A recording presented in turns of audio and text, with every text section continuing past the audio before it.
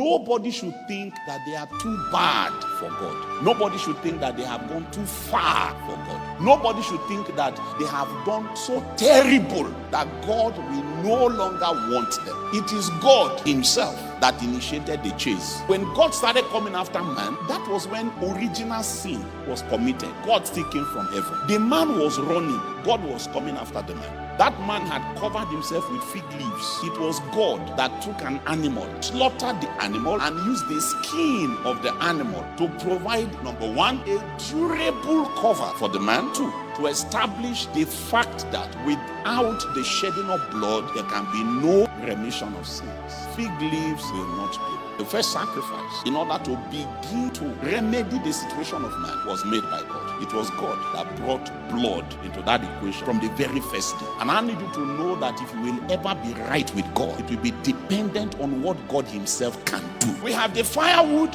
we have the knife. Where is the sacrifice? And the old man said, my son, the Lord will provide for himself. It has a subtle meaning of the fact that the Lord will both provide for himself a sacrifice, and the fact that the Lord will provide himself as the sacrifice. There are no sins that are too black that the blood of Jesus cannot cleanse. There is no heart that is too hard that God cannot change.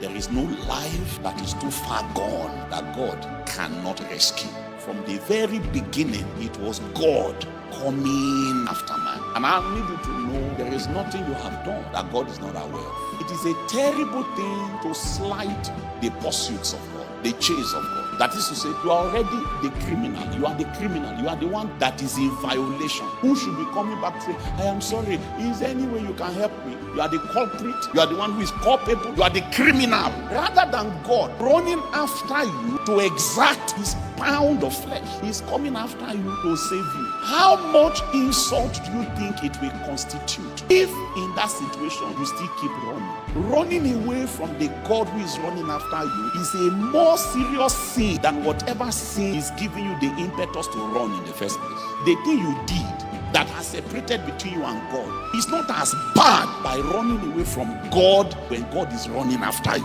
One more time, I want you to know you are never too far for the love of God. You are never too black for the blood of Jesus. You are never too lost to be found by the good shepherd. The good shepherd literally lays down his life for the sheep. One of the greatest undertones of Christianity is that the entire schema of Christianity at foundation is accepting acceptance. Is to accept the God who accepts you. And I'm talking to those of you online. You are not too bad for God. You are not too bad. What will become too bad is running away from the God who is running after you. The model, the philosophy, the reality in Christianity is accepting acceptance.